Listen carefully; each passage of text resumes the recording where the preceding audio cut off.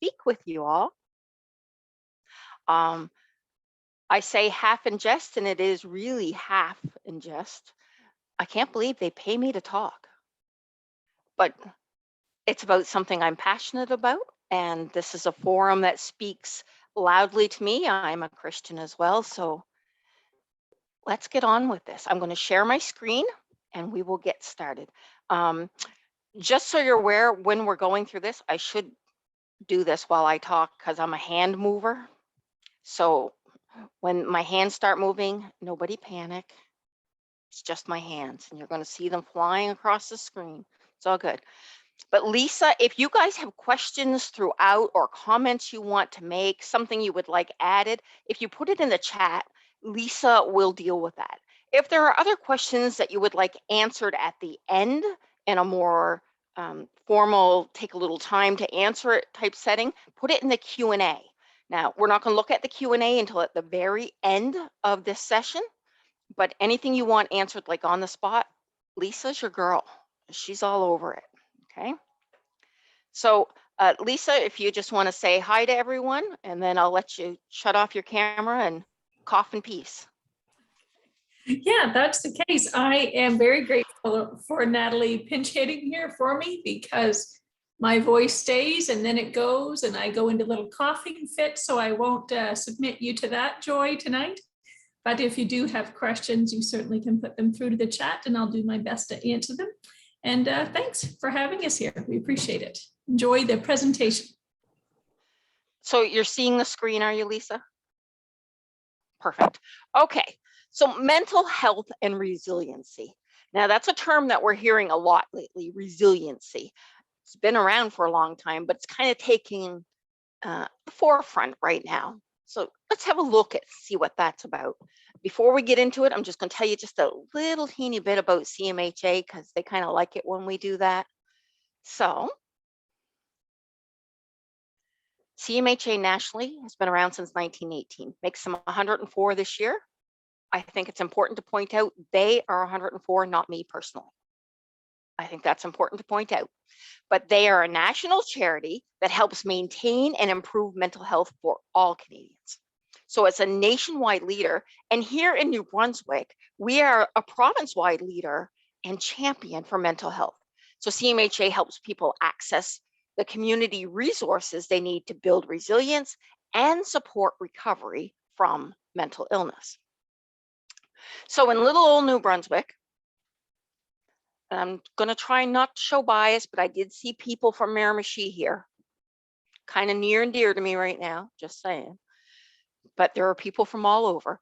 But in New Brunswick, 18 locations in New Brunswick. So no matter where you're situated in the province of New Brunswick, we have somebody in your area that can help you out. I think that's a fabulous thing. And then the rest of Canada, we have CMHAs straight across Canada. Our provincial office is in Fredericton. We have another large office in Moncton, another office in St. John. Lisa and I are what is known as community program coordinators. Okay, we are located, there's about 13 of us, and we're located in the more rural areas of New Brunswick. We're not in the major centers, but I cover all of Zone 7. Okay, we have a provincial peer support program, which is a certified peer support program. In fact, they've been to Newfoundland to train peer support programs, so that's great. And what it is people with lived experience of mental illness helping other people with that same lived experience to know that recovery is indeed expected. We have an employment program. Now this is in the Charlotte County area. It's called Working Stronger Together. They provide assistive technology. They have help with cover letter writing, resume writing. They will help with student loans to get people back in school, post-secondary education. They'll go out and talk to employers. It is a fantastic program that works with people with diversified disabilities because everything can affect our mental health. And then we have the Bounce Back program. Now this has been around for just a year. It was a year this month actually. And it is a free guided self-help program grounded in cognitive behavioral therapy, which is our thought center, okay? and it helps adults 19 and plus better manage depression and anxiety. They use telephone coaching and online videos. Participants receive support within 5 days of a referral being submitted, and you can self-refer. The only stipulation is you must have a primary health care provider. It's available in English and French, and absolutely zero traveling required. And there's one more that isn't mentioned here. And then I promise we're getting into mental health and resiliency. The New Brunswick Wellbeing Learning Center. Throughout Canada, they're known as recovery colleges. We have chosen here in New Brunswick to call it a Wellbeing Learning Center, thinking more people will take access to it. They cover a variety of subjects, including complicated grief through COVID. Makes it much more difficult to celebrate funerals and participate in all those kind of things. It makes it much more complicated. So let's look at a few stats. So 1 in 5 people will experience a mental health problem each year. 1 in 5. I do want to point out with these stats, these were all done prior to COVID, okay? 1 in 3 will experience a mental health problem in their lifetime. That's a third of all people. 1 in 3.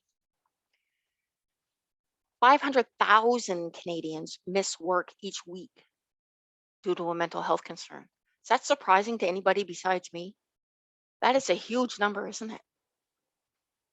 And again, prior to COVID, I would estimate that number to be higher now. 30% of all disability claims are mental health related, with estimated costs of 70%. That's huge. And see, the difference is I go out with a broken leg, I'm off for 6 weeks, okay? A mental health concern, we don't know how long you're off. It might be a year, it might be a couple of months. Everybody's different. 60 to 80% of, oh, I missed one, sorry.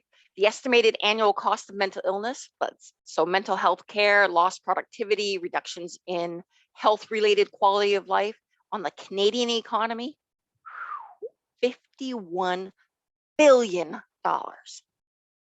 Yeah, I saw that, wow. That's a number, isn't it? And 60 to 80% of visits to primary care doctors may be stress related. So that's not saying we go to the doctor and say, oh my word, I'm so stressed. No, we go with headaches and, oh, my back, it's so sore, and my neck, I don't know, there's something, oh, I got stomach problems. And it turns out to be stress related, because that cortisol hormone that's released when we're stressed causes a lot of problems in our bodies. Now, here's a big one, and this is something we can all hang on to. I hope you're ready for this one. 5 out of 5 of us, that's every single one of us, have mental health and can benefit from resiliency. That's why we're here tonight, right? How can we benefit from resiliency? How can we know what that resiliency is and exercise it in our lives? So we're going to take a little look at the mental health continuum, but we're going to break it down a little bit. So let's look at this vertical line. That's called mental health. Does that make sense? This is mental health. Now, mental health is very fluid. It changes. I get up in the morning, I had a wonderful night's sleep, I smell coffee brewing, my husband's up before me, everything's great. Oh, I come downstairs, everything's wonderful. Shower's warm because he already had his shower, and I get to, oh, it's so good. I'm having really high mental health. Things are going well for me. Okay, good. I had my breakfast. I had my coffee because coffee makes everything better, right? And then I come and I sit, and I know I have a webinar at 10 and it's on Teams, and I go to get on and I can't hear anybody talking. Oh no, I've got computer problems. Okay, good thing I go on early, see if I can figure this out. Thankfully, I've got 2 different Teams accounts and I can log into the other one. Okay, I can hear on this one. But what happens then? My mental health does this. Starts from here and it kind of slides down a little bit. Okay, but we can recover from this, right? It's fluid, and maybe all it needs is another cup of coffee and I'll feel better again. I don't know. Maybe a piece of chocolate. I don't know, something. But our mental health is fluid. Okay, so I'm here, and then my supervisor calls and we need to have a chat. Oh no, it slides down a little further.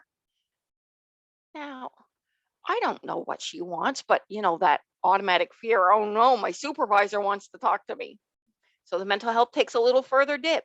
And then we meet and she says, I just want to tell you what a fantastic job you're doing. Whoop, up comes the mental health again. So mental health is very fluid. Does that make sense? Yeah. So, I mean, we might be having like, this is the week. Wow, what a great week. And then I have a trauma, a tragedy happen, and my mental health takes a nosedive. And maybe I have a week or a month. It's terrible. But it will come back up because mental health is fluid. It can fluctuate through the day, it can fluctuate through the month. Okay, makes sense. What are the things that influence our mental health? Well, things like resilience. And resilience really is that bounce back factor. When we were kids, we had little rubber balls, hard rubber balls, and you bounced them and they bounced really, really high and hard. And it was a great rubber ball, bounced so hard. And then the dog got a hold of the rubber ball and he got a couple of teeth marks on the rubber ball and he rolled it in the dirt and it didn't bounce quite as well as it used to, right? I missed my rubber ball. So I took my rubber ball in and I scrubbed up my rubber ball, cleaned it up, and yeah, I still had a couple of scars in it, the teeth marks, but it bounced again. That's resilience, okay? Our resilience when we're young, we're so resilient. We bounce back from everything. Oh yeah, it was bad, but it's okay, it's good. And then the dog gets a hold of us and chews us a little, gets a couple of teeth marks in us, rolls us in the dirt, and we're not bouncing back quite so well. But we can rebuild that resilience. Human beings are exceptionally resilient creatures. Then there's life balance, weighing out what's important. And we're going to look at 8 dimensions of well-being in just a few minutes. Awareness. Are you aware of how you're feeling, of how you're doing? Do you do regular check-ins with yourself? Sean, I'm going to pick on you if that's okay. Sean, do you say to yourself, Sean, how are you doing? Are you doing okay? Some days while I'm brushing my teeth, yeah. Some days while you're brushing your teeth. How about when you get really tired? Do you ask yourself why? Yep. Perfect. That's important. That's totally important. It's being aware of what situation we're in, right? And to be fair, COVID has made us tired. It totally has made us tired. How about self-compassion and self-care? Oh, it's so easy to say, that's okay, Nancy, you'll get it next time. That's okay. Yet when I don't do something quite as, oh my word, how come you didn't do that right? Why do I beat myself up? See, we need to learn to say, that's okay, Natalie, you'll get it next time. But we don't do that, do we? Not generally. And self-care. Now, Sean, you talked about brushing your teeth. Do you think about the intentionality behind that process? It's usually just a habit that we do, right? But if we were to change our mindset, and we probably wouldn't do it about brushing our teeth, but say, okay, I'm going to brush my teeth because I'm going to keep my teeth healthy and my overall health is going to be much better as a result of this. It's the mindset behind it. Now, I'm probably not going to do that about brushing my teeth, but I might do it about getting my shower in the morning instead of just dragging myself to the shower, because that's the thing you do and people like it better when you do it. I'm going to get a shower because I know I'm going to feel revitalized and energized and able to face my day better. It's the mindset behind it. Now, am I going to say that out loud? Maybe, maybe not. Maybe it's in here. It's okay. It's just the mindset behind it. How about a positive attitude? Oh, I'll say this. Yes, it's going to age me, but that's okay. Not 104. Positive attitude changes the water on the beans. You know what? COVID wasn't all bad. It isn't all bad. It's made us prioritize, find out what's important. We've learned new ways to do things, new ways to connect with people. It's not all bad. How many people have gotten rooms painted in their house that they wouldn't have got painted otherwise? Stuff gets done, right? What about mindfulness? Being in the moment, observing without judgment. Self-esteem. See, our self-esteem influences our mental health. And our physical health influences our mental health. Listen, when things hurt, not you guys, you're all young, but when things hurt, does it play havoc on your mind? Sure does, because all I can think about is ow, ow, ow, ow, ow, instead of thinking about positive, right? And coping strategies. Do we have good coping strategies? Now we're going to look at some of those. And if I don't stop talking, we're not going to get to them. So let's go. Okay, so we looked at this line, the vertical line, and this is our mental health line. Now this line, totally different line, horizontal line, is our mental illness line. Now, everybody on the planet has mental health, but not everybody has mental illness. Okay? So on one side, we have high symptoms of mental illness, and on the other side, we have low symptoms of mental illness. Now, there are many things that can affect that. And it could be, maybe I'm not taking my meds and that increases the high symptoms of the mental illness. Maybe I am taking my meds and they're not working for me. Or maybe I am taking my meds and a trauma has occurred. Or it can be anything, can't it? We can't determine what traumas are going to come our way. Life happens. And on the other side, we have the low symptoms of mental health. And that's when I'm taking my meds and everything's going well. I've got good coping strategies. I'm doing well. So not everybody has mental illness. Everybody does have mental health. And can you guess where we're going from here? Probably. There are factors which influence or increase the risk of developing a mental illness. Things like a chemical imbalance, individual attributes and behaviors, substance misuse. And if we have a genetic predisposition, sometimes it's just substance use, okay? Because if we have a genetic predisposition, sometimes the first time we use can be that one. Social and economic circumstances, traumatic life events, environmental factors, heredity, other illnesses, things like dementia and Alzheimer's and Huntington disease, Parkinson's, that's the word.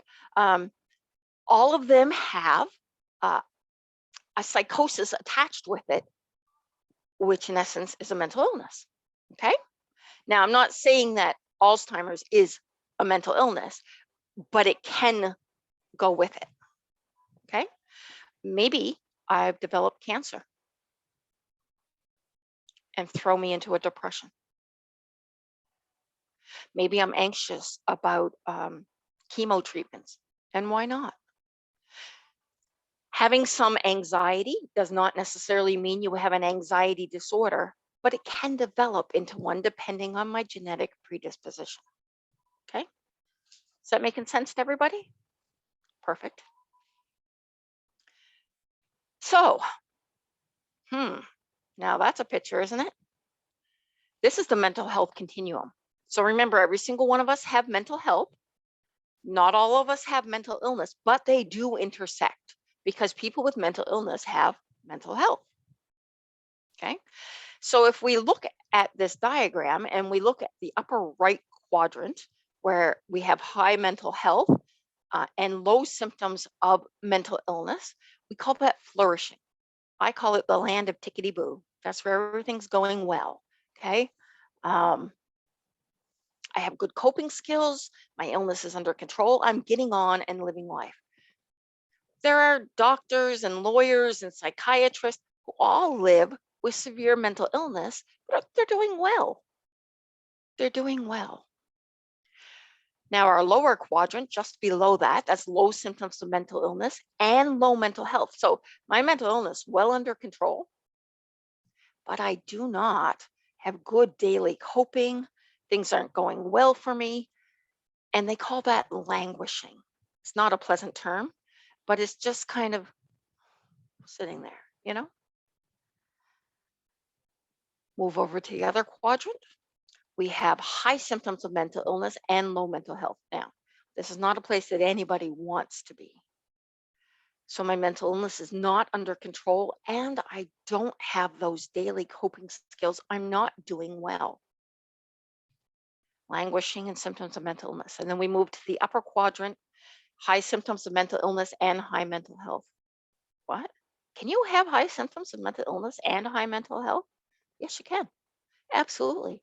Because I can have it all together in my daily life, but my illness is not doing well.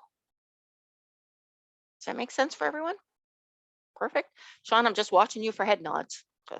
I get those and I keep going. So understanding stress.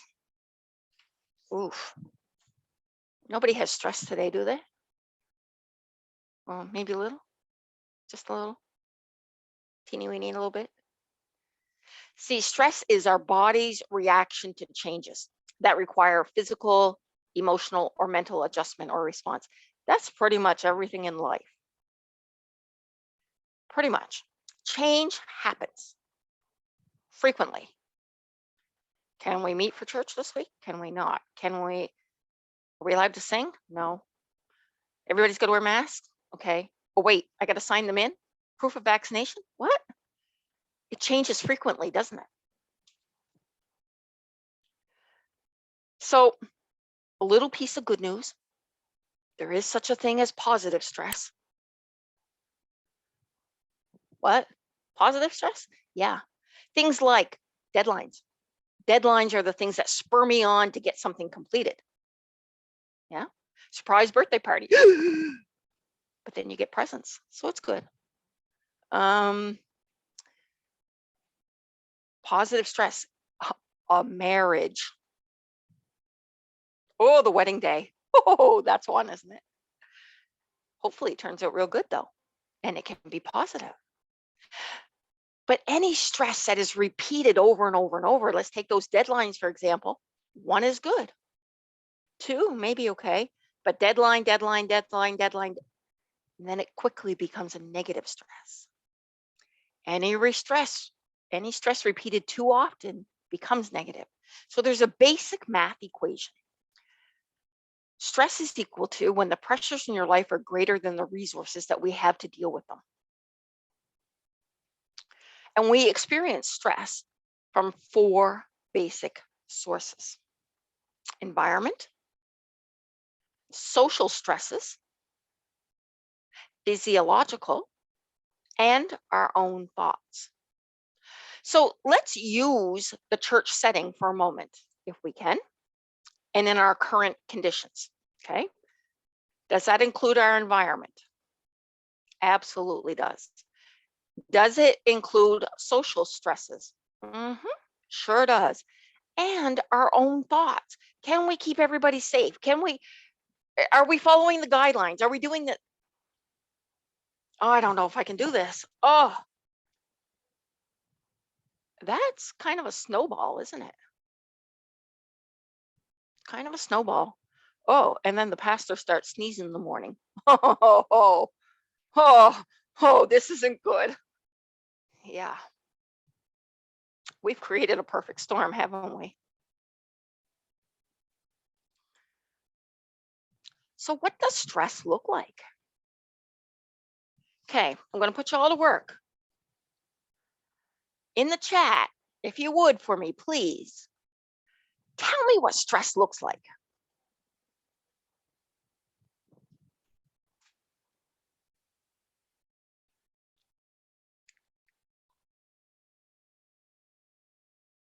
And Lisa, when you get 4 or 5 of them, you can just yell them out.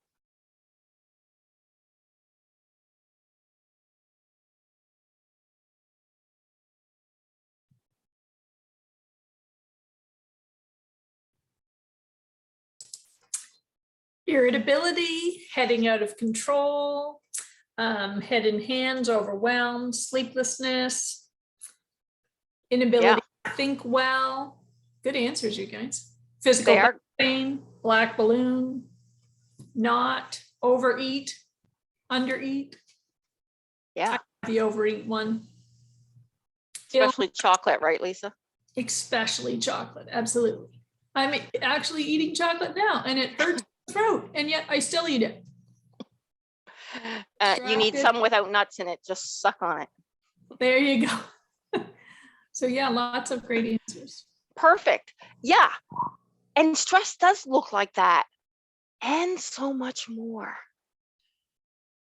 Like going on vacation. That's stressful. You got to pack. You got to get everybody ready. You got to get them in the car. You got to gas up. You got to, oh, did I get my oil changed? My tire's been rotated. Oh my word, I hope we can get through the border. Yeah, traveling is stressful.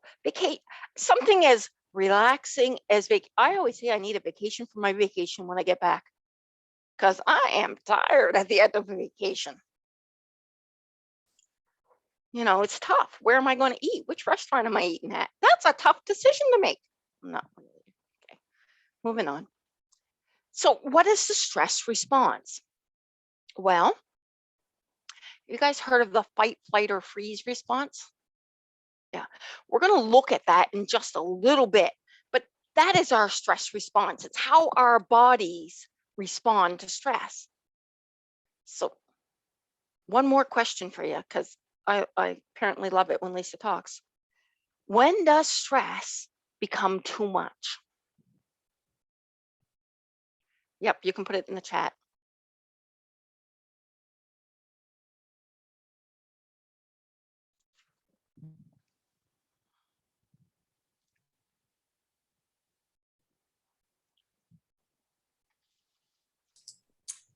When it starts to interfere with your daily life, decrease performance.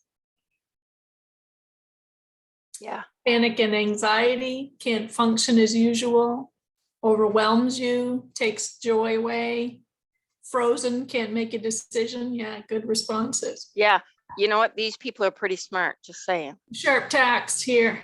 Yeah. Yeah. I find myself crying too much. Yeah, absolutely. Yeah. Those all valid. And it's going to be different for each one of us, but it's all some variation of those things. And it may not be the same for us each and every time. So what is resilience? So the American Psychological Association says resilience is the process of adapting well in the face of adversity, trauma, tragedy, threats, or significant sources of stress, such as family and relationship problems, serious health problems, or workplace and financial stressors. It means bouncing back from difficult experiences, just like that rubber ball. So how do we build resilience? That's kind of where the rubber hits the road, isn't it? How do we build resilience? Well, we do it by making connections. Oh, that's all fine and good for you to say. Don't you know we're living in COVID? How are you supposed to make connections living in COVID?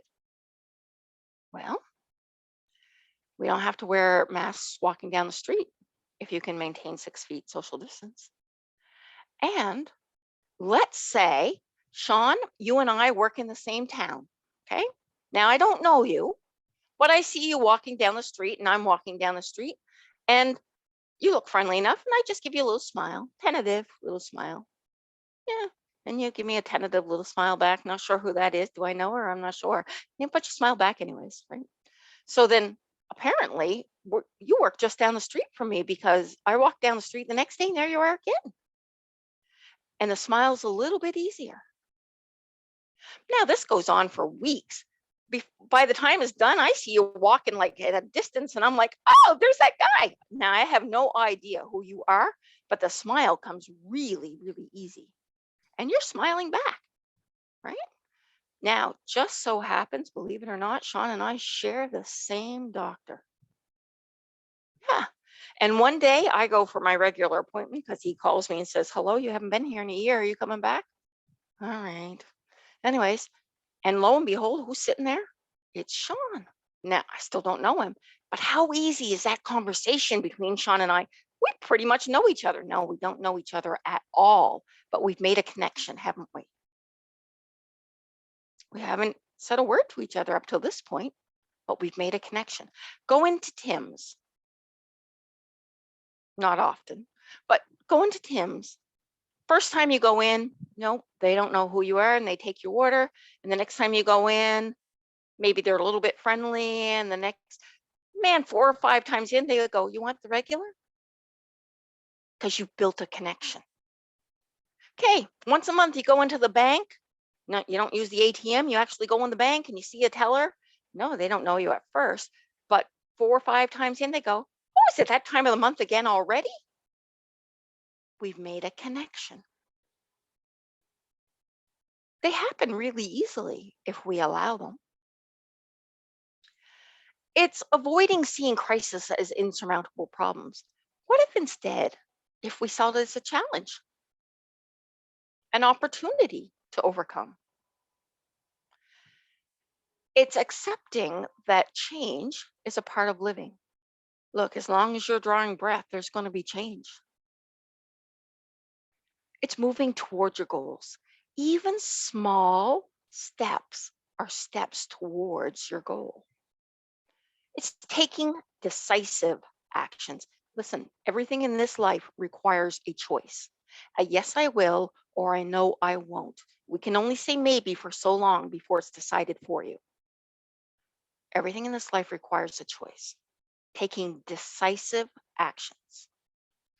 Sharing concerns and stressful feelings with those that you trust. Looking for opportunities for self-discovery. Now, how do we do that? How do we look for opportunities for self-discovery? Is it maybe trying something new, something that we've never tried before? Maybe we'll learn something about ourselves. It's nurturing a positive view of yourself. Instead of saying, I don't know why you bother. It's not going to happen. You try for this all the time and it never works. What if you were to say, you've got this, you can do it? Would that change our outcome? Maybe. But it's certainly nurturing a positive view of myself, isn't it? It's keeping things in perspective. Will this matter in 3 weeks, in 3 months, in 3 years? Probably not. Maintain a hopeful outlook. Oh, that is so huge. I say hope is the greatest gift that you can ever give anybody and is absolutely free. And the more you give, the more you receive. You can share hope. Let me pass it around. Physical exercise. Who put that one in there? Physical exercise. Yeah, no, it's good for you. Helping others. I'm just going to jump back to physical exercise for a minute. Lisa, I don't think it counts lifting the chocolate to the mouth. Yes, it does, Natalie. Yes, it does. Okay. Okay. I'll remember that for later. Helping others. It feels good to help others, right? That's why many of us are involved in ministries of one sort or another. We feel called, and it feels so good to help others. And taking care of yourself. Remember we talked about self-care and that intentionality behind it? Take care of yourself. See, if you don't take care of yourself, you're going to need somebody to take care of you. I'm not sure that's something we want just yet. See, we need to change our focus. We need to focus on what's strong rather than what's wrong. I love that. I love that. Instead of always trying to fix what's wrong, what's right? And knowing the difference, what you can change and what you do not have an effect on. See, we can only change our response to events. We cannot change others. Only how we respond. So what is well-being? Well, it is a state of being comfortable, happy, and healthy. It's high life satisfaction. It's a sense of meaning or purpose in your life. It's the ability to manage stress and challenging life experiences. And it's a general feeling of being well. So I promised you we were going to look at the 8 dimensions of well-being. I think this means we're going to look at the 8 dimensions of well-being. So if we look at this pie chart, we have physical, intellectual, emotional, spiritual, environmental, financial, occupational, and social. Okay. And each one of these dimensions require looking after. Okay, so we know it's important in theory to exercise. We know it's important to look after our physical health, right? That's something we can all agree. No, I'm not saying we do it. I'm saying we can agree to it. Yeah. We know it's important to look after the environment. Yeah. We know it's important. Well, maybe not. Maybe the social can slide a little. Yeah, we don't really have to do that one, right? No, we do. We need to do that. Intellectual. I'm a self-confessed knowledge junkie. I love learning new things. It's like, oh, I didn't know that. My favorite thing on the planet. Did you knows? Oh my word, I love did you knows. Did you know? And I have a horrible sponge for a brain. If it's in there once, it's in there for life. And it comes spilling out from time to time and people go like, what? But so we look after our intellectual. We know it's important to look after our financial. Retirement is coming up quickly, not 104. Close. Occupational. Oh yeah, well, we want to climb the ladder, right? We got to look after our jobs. And emotional. Maybe that one's not so important. I'm just going to stuff those down for a little bit. And spiritual. That is perhaps the most ignored aspect of our well-being, is our spiritual component.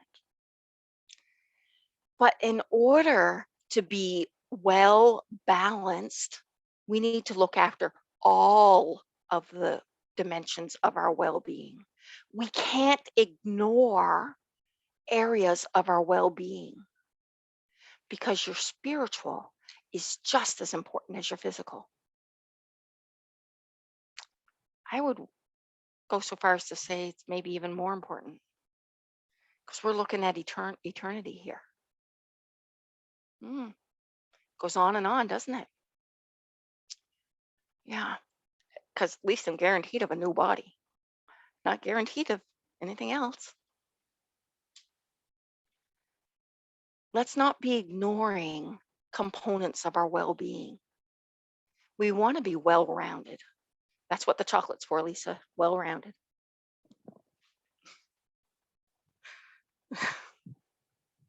Sorry, I'm a jokester. Makes sense. I feel well-rounded. She's going to say, why did I go on with her? Yeah, it's okay. She'll get over it.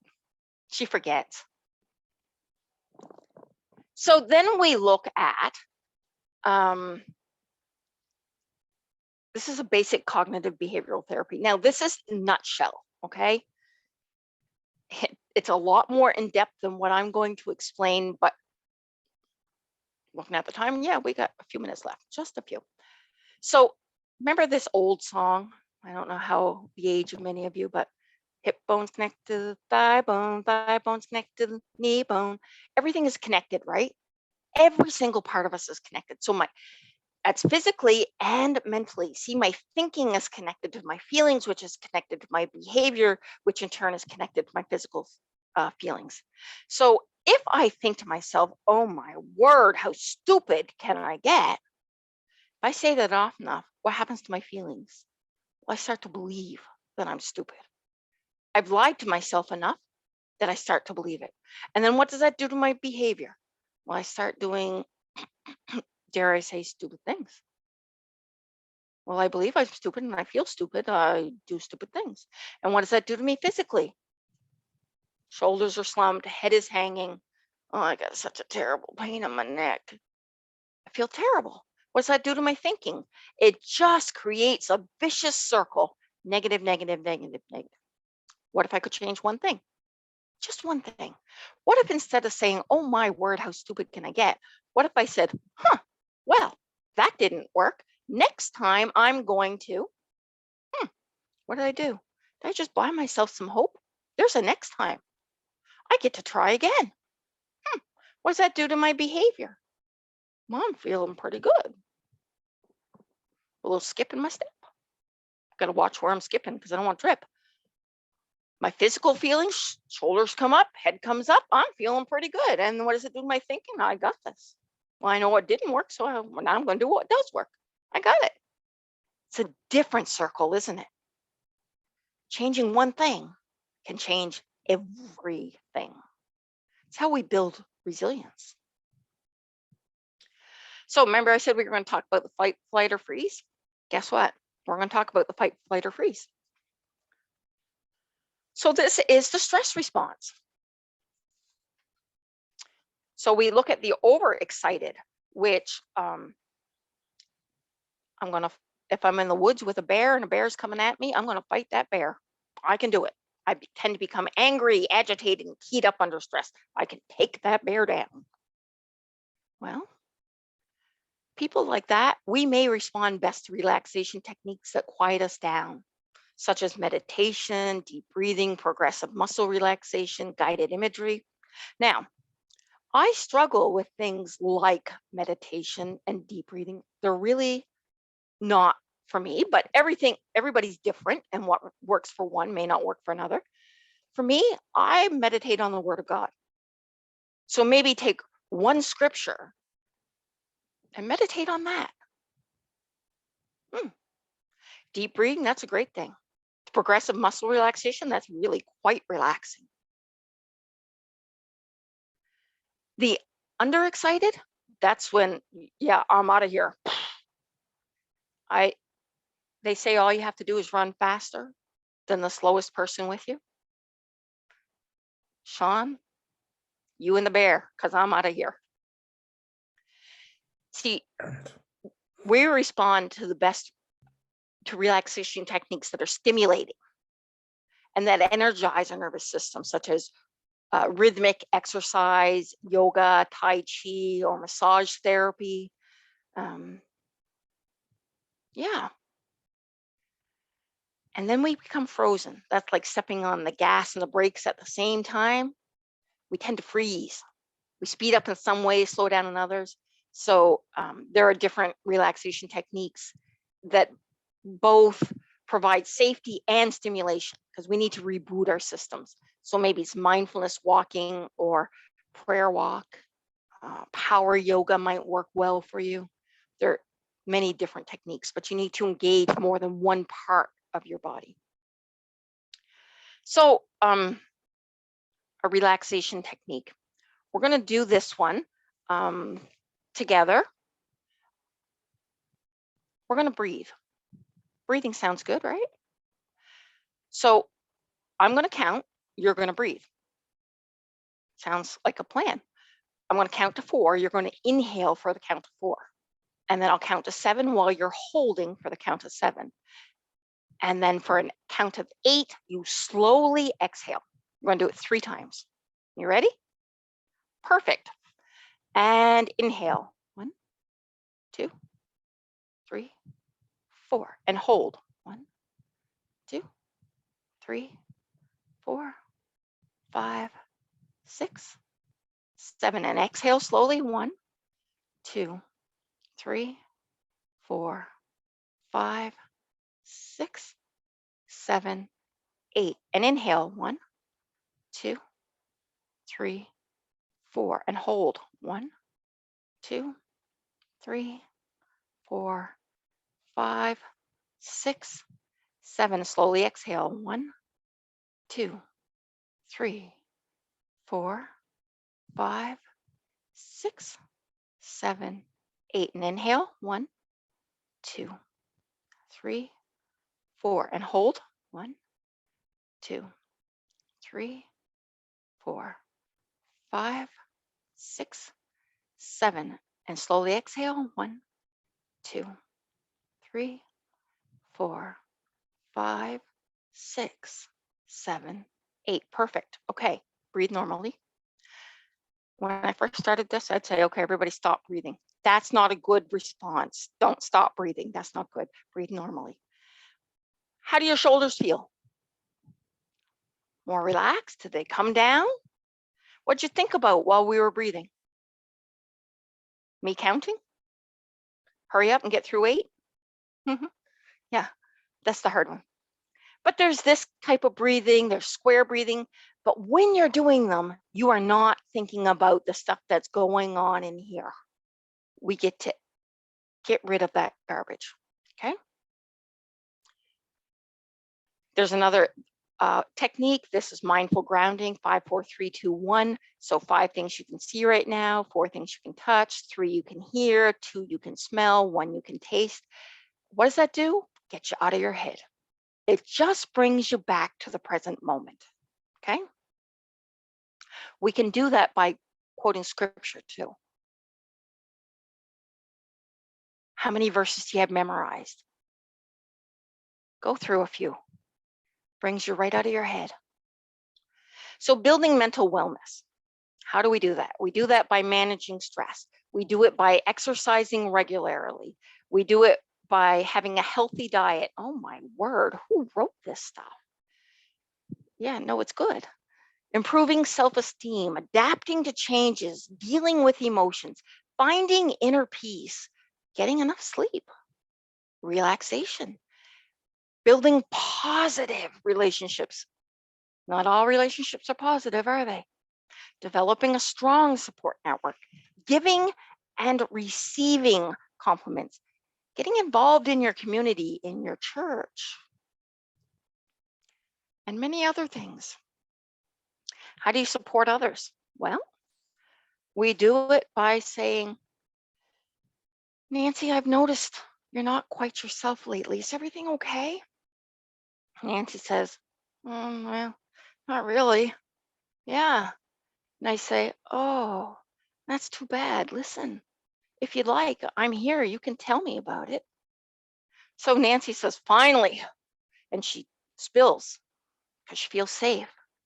And I say, wow, that is a lot. What can we do together? And Nancy says, I'm not sure there's anything you can do, but I'm thankful that you're willing. And I say, okay, Nancy, I just need you to know that I am here to help should you need it. Nancy doesn't feel alone anymore. She feels supported, right? Especially if we're sincere when we say it. Where do we find and access help? We get it from friends and family and support lines, general practitioner, e-mental health services, psychotherapists, psychologists, psychiatrists. Maybe it's community support services, employee assistance programs, crisis services, and holistic practices. Because remember, it's all of us. We got to look after all of us, right? This is a free 24/7 support line, helpline, togetherall.com. It's monitored by trained counselors 24/7, absolutely free. It's based out of Ontario, open to us.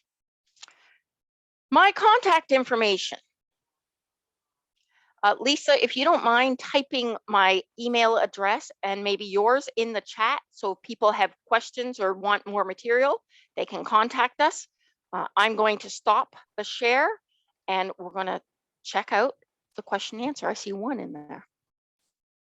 Yeah. Do you have it? I have another one for you. There's one in the chat and there's Okay. one in the Q&A. Just before Lisa runs off the questions, just to recap at the for those who do have some questions that you want to throw at Lisa or Natalie, or gently pass to them, depending on your space tonight. I catch pretty good. I used to play ball. Well, I know for sure I'm definitely not going for a walk in the woods with you, Natalie. I just got sacrificed. That was evident. If it's a question you'd really like to make sure it gets dealt with, I'd encourage everyone to use the Q&A button, just because that distinguishes between comments and chats and highs in the chat.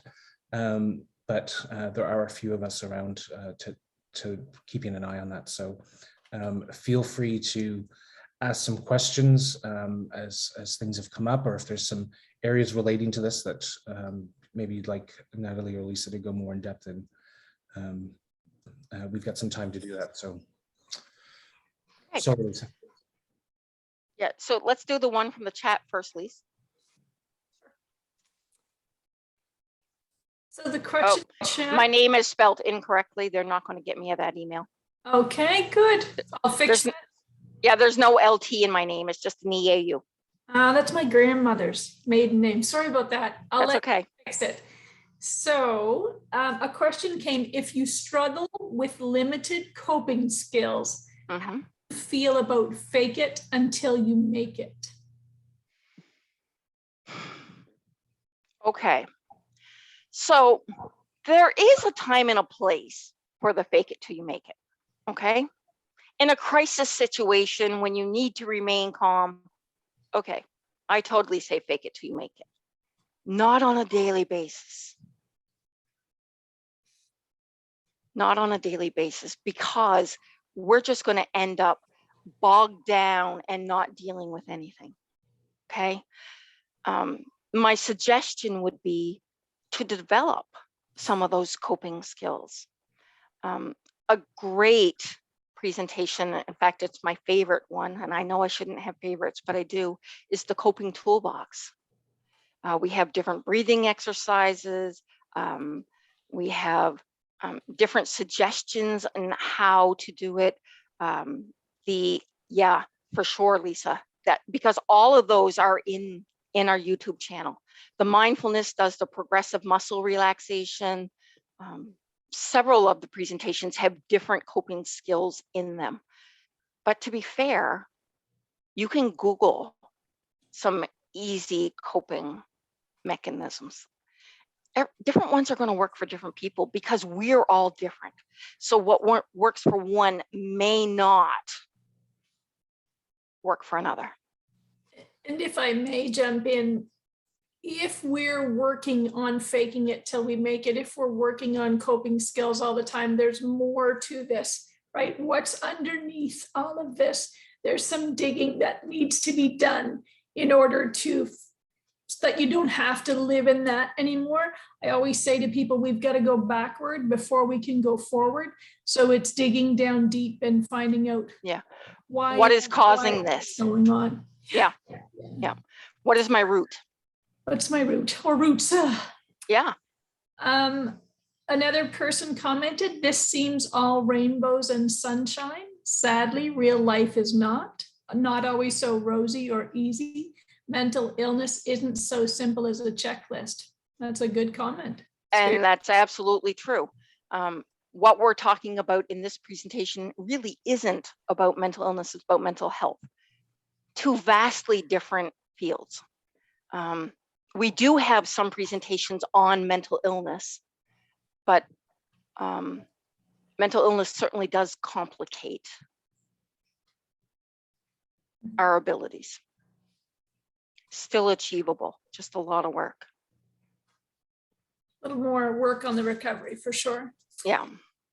In the Q&A, it seems like only recently the church has begun to talk about mental health, where it once was taboo or shamed and still is in some circles. But how can and should the church show leadership on mental health promotion in supporting their parishioners, pastors, and their communities?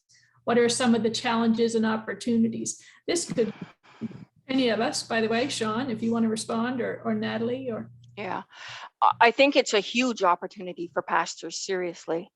It can open up a whole new ministry in your church. Yeah, for years, get that demon out of them. Yeah, and that was how it was viewed. They're weak, they're not following scripture. Many times, there are life experiences and events that have caused this to happen. And as we dig and find out our best coping skills, and a lot of pastors have counseling training, it's a perfect opportunity to help somebody grow deeper and work on their mental health at the same time and know that they're not alone. There are a lot of people in church who live with mental health issues, but it never gets talked about.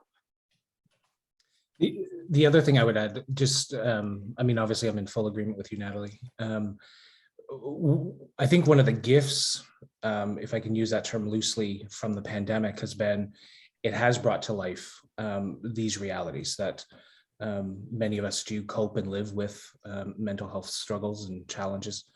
And I mean, certainly in our diocese, and I know there are people from outside New Brunswick and outside the Anglican Church here, we've certainly been having a lot of conversations about how do we care for our leaders, how do we care for our people in leadership, and even to the extent of we have 3 counselors who we've engaged in, kind of spread out throughout the province, who they can just pick up the phone and say, I needed someone to talk to. I'm with the diocese, and the only thing that comes into the office is the bill. There's no names, there's no nothing. So that's one of the things we implemented a few years ago as a diocese to support. But certainly it does need more conversation in the church as well as in our communities. It does. Now, one of the great things that our workplace has done, and obviously we're not a church, but instead of having sick days, we have health days. Yeah. And our executive director has said, if I see you out shopping, then obviously you needed to do some shopping. And it's going to improve your mental health because you were able to get something done that you needed done. And there is no shame to that. That simple change from sick days to health days makes a huge difference.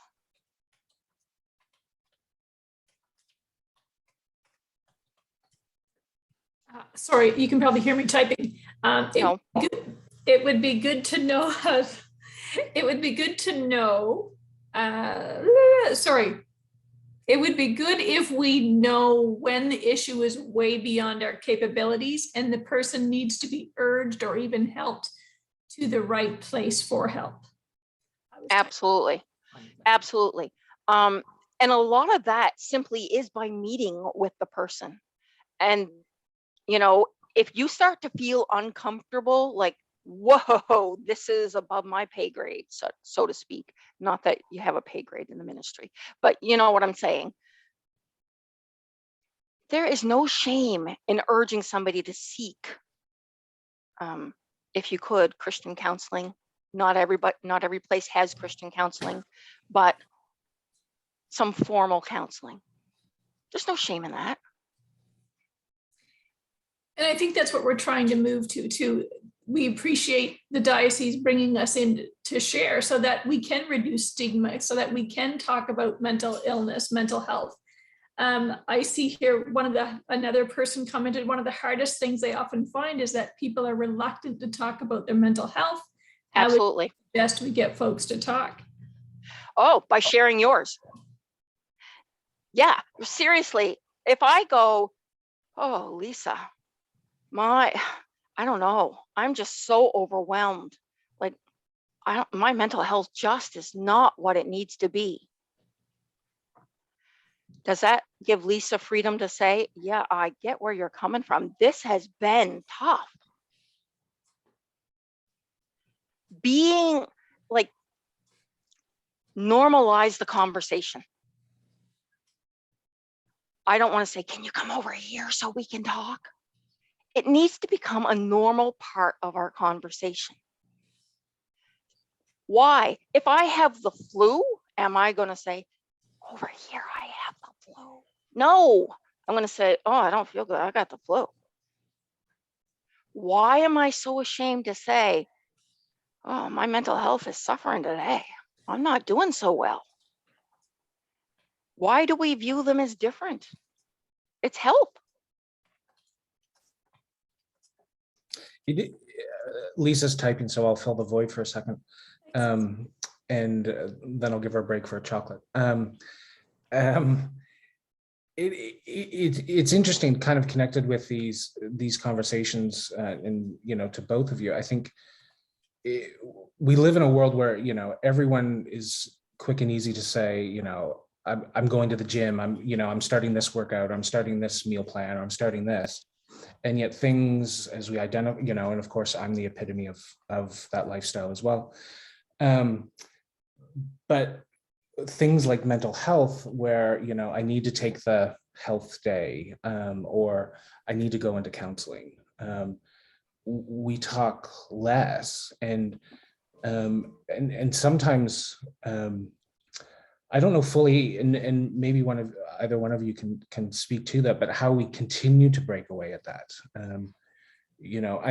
I'm now a huge advocate of people going to counseling, and for years, I always have been, and it was like, that's good for them. And then I was in a situation where I knew I needed to, or things were going to be way worse than they were, and went for a number of years, and I'm the product of having good counseling, because I'd be a lot worse if I wasn't. And I think it's wonderful, and think it should be kind of a more commonplace reality as we go to the doctor for a checkup. Sean, can I pick on you again? Absolutely. I won't throw you to the bear. Well, you've already done that, so take whatever's left of my carcass. We haven't been in the woods yet, so you're safe. But Sean comes to me, and he hasn't said it, but I can see his countenance. Like, he's like, whew, heavy. And I'm talking to him, and I'm kind of skirting around issues, trying to find out where he's sitting. And I go, well, you know what, Sean? I struggled with that for a while. And then I went for therapy. Oh my goodness. What a different perspective that gives me. It's true.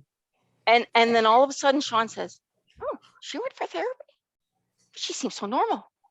Well, no, they wouldn't say that about me, but other people. Lisa, well, she seems so normal, except for that chocolate thing. Right. I wanted to say too, this is just a heads up. One of the new rollouts through the government is that our addictions and mental health clinics are now offering one-off sessions. Yeah. So much less intimidating to be like, what, I'm really struggling this week. I'm having some challenges.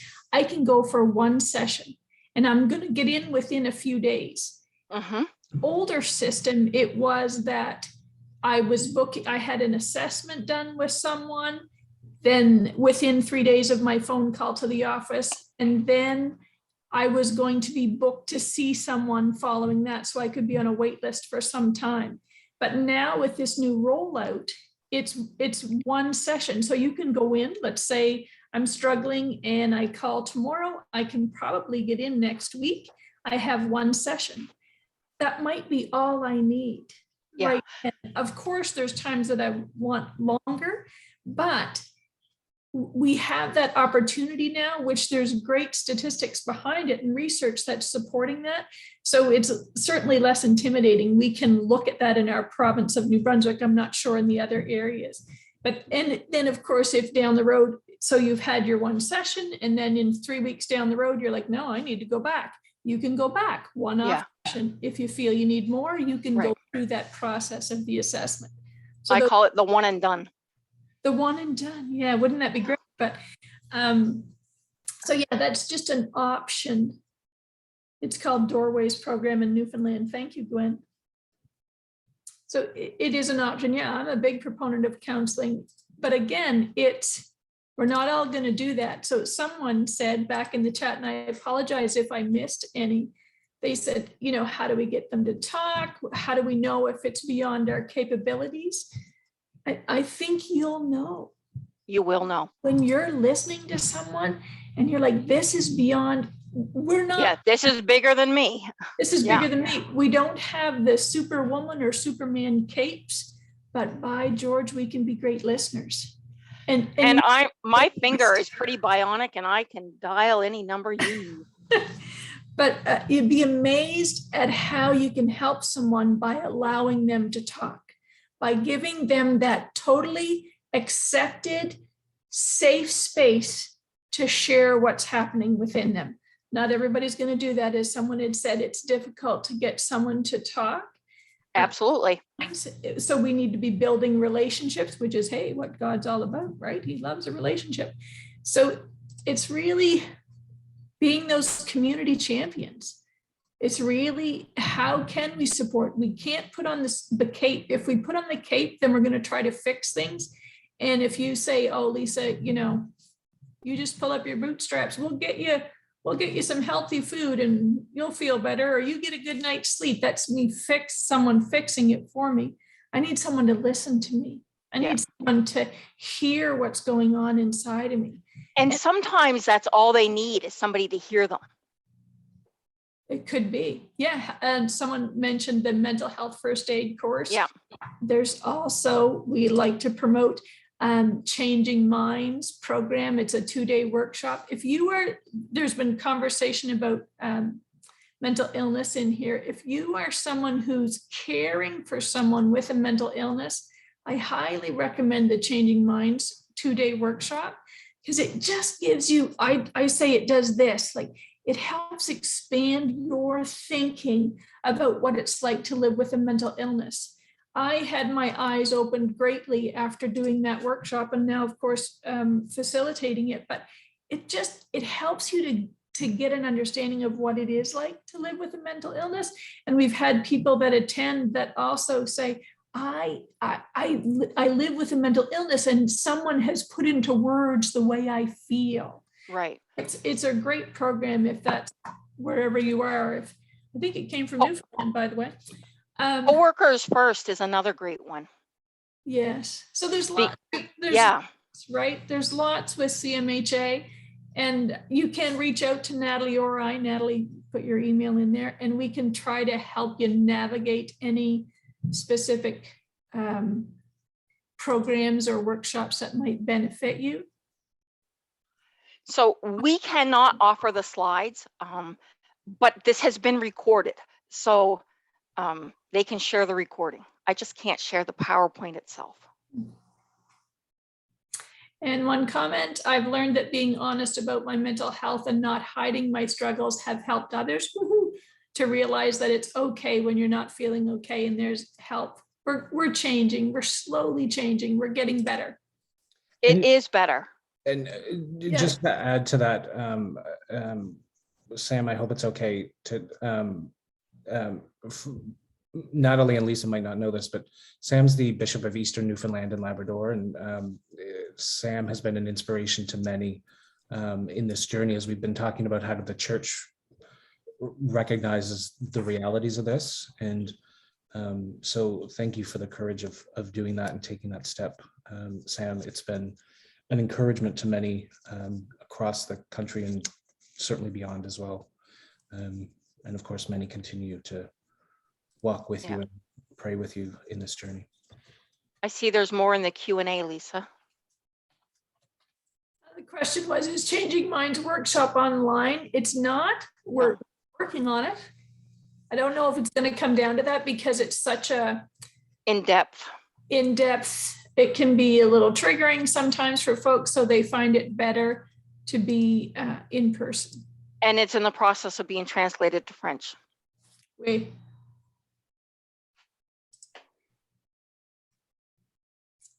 is the program called for those who live with someone with mental illness? Engaging families in recovery. I'll put that in the chat.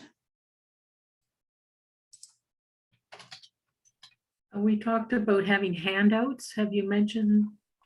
handouts? I have emailed them to Sean already. Right, but people need to know they can. Yeah, Yeah, there will be handouts. handouts coming your way. I think there's maybe 6 of them ish. I'm ballparking, not sure. I believe in putting paper in people's hands.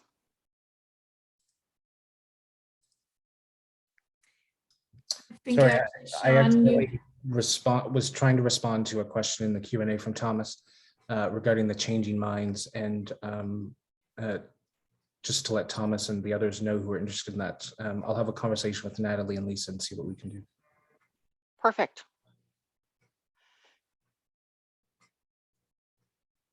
I always enjoy a trip to Fredericton. We can do it anywhere.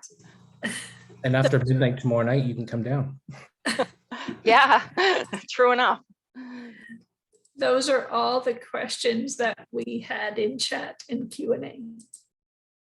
I think if I missed one, I apologize. I was trying to scroll and type and talk, and so if I missed one, I apologize. Thank you to everyone. Thank you to Lisa and to Natalie. I'm going to turn things over to Nancy in a second, but just as you heard mentioned, we have been recording the presentation, and there are some handouts that are available. These will be posted on the diocesan website by noon tomorrow, nb.anglican.ca, and you'll see a post about that on the front page that has both the recording and the handouts available. It will also have Lisa's email address and Natalie's correct address. So if you're looking to go for a walk in the woods with her,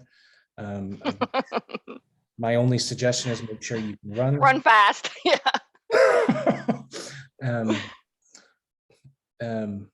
But this has been great, and as we know, this is just the beginning of the conversation.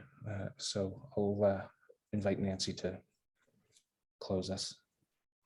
Yes, again, just thanking you for the presentation. It is hard to say everything you want to say in a short hour like this, but thank you for making resources available, making yourself available.